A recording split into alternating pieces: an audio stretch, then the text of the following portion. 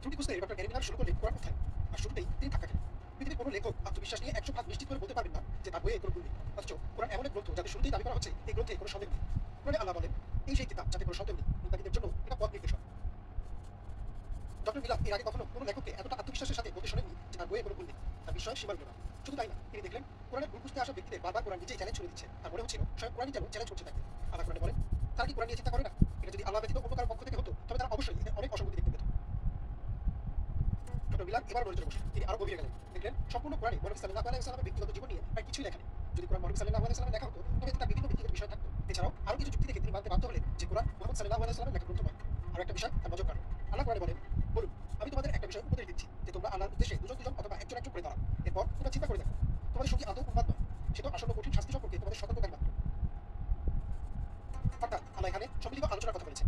তিনি অবিশ্বাসীদের বিনা চিন্তায় মুহাম্মদ সাল্লাল্লাহু আলাইহি ওয়াসাল্লামের অনুসরণ করতে নিষেধ করেছেন। বরং তার সম্পর্কে তারা চিন্তা করে দেখুন যে তিনি আসলে কি বলছেন, কেন বলছেন, এতে তার লাভ কি। যদি তারা একা সিদ্ধান্তে আসতে না পারে তবে দুজন বা আরো বেশি মানুষ মিলে চিন্তা করুন, তারপরেই ইমান। ডক্টর মিলার আরো একটি বিষয় লক্ষ্য করলেন, মারিয়াম আলাইহিস সালাম, যিনি ছিলেন ঈসা আলাইহিস সালামের মা। বাইবেলে তাকে ডাকা হয়েছে মাদার মেরি, আর তাকে অত্যন্ত সম্মানিত একজন নারী বলা হয়েছে। কিন্তু কোরআন মারিয়াম আলাইহিস সালামের সম্মানের ক্ষেত্রে বাইবেলকেও ছাড়িয়ে গেছে। যেখানে নবী সাল্লাল্লাহু আলাইহি ওয়াসাল্লামের ফাতিমা রাদিয়াল্লাহু তাআলা আনহা বা তার স্ত্রী আয়েশা রাদিয়াল্লাহু তাআলা আনহার কথা কোরআনে একবার নেই, সেখানে মারিয়াম আলাইহিস সালামের নাম কোরআনে এসেছে 34 বার। শুধু তাই না, তার নামে একটি সম্পূর্ণ সূরাও নাযিল করা হয়েছে। যেখানে মুহাম্মদ সাল্লাল্লাহু আলাইহি ওয়াসাল্লামের নাম কোরআনে এসেছে মাত্র 4 বার, সেখানে ঈসা আলাইহিস সালাম বা যীশু খ্রিস্টের নাম কোরআনে এসেছে 25 বার। ডক্টর গ্যারি মিলার দেখলেন কোরআনের বিরুদ্ধে যেসব অভিযোগ আনা হয়েছে তার কোনটি যুক্তিতে টেকে না। প্রতিটি উত্তর কোরআন নিজে দিয়েছে। তিনি বিনা সন্দেহে কোরআনের সামনে আত্মসমর্পণ করলেন আর ইসলাম কবুল করার সিদ্ধান্ত নিলেন। 1978 সালে তিনি ইসলাম কবুল করলেন আর নিজের নাম পাল্টে রাখলেন আব্দুল আহাদ।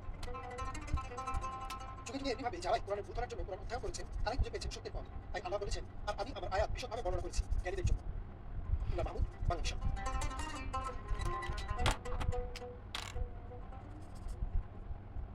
আজ 12ই রবিউল আওয়াল। এই দিনেই পৃথিবীতে এসেছিলেন আল্লাহর পাঠানো শেষ নবী হযরত মুহাম্মদ সাল্লাল্লাহু আলাইহি ওয়াসাল্লাম। তার জন্মের আগে অন্ধকারে ডুবে ছিল গোটা আরব। চলছিল আইয়ামে জাহিলিয়া বা অজ্ঞতার যুগ। শুধু আরব না, সম্পূর্ণ বিশ্বকে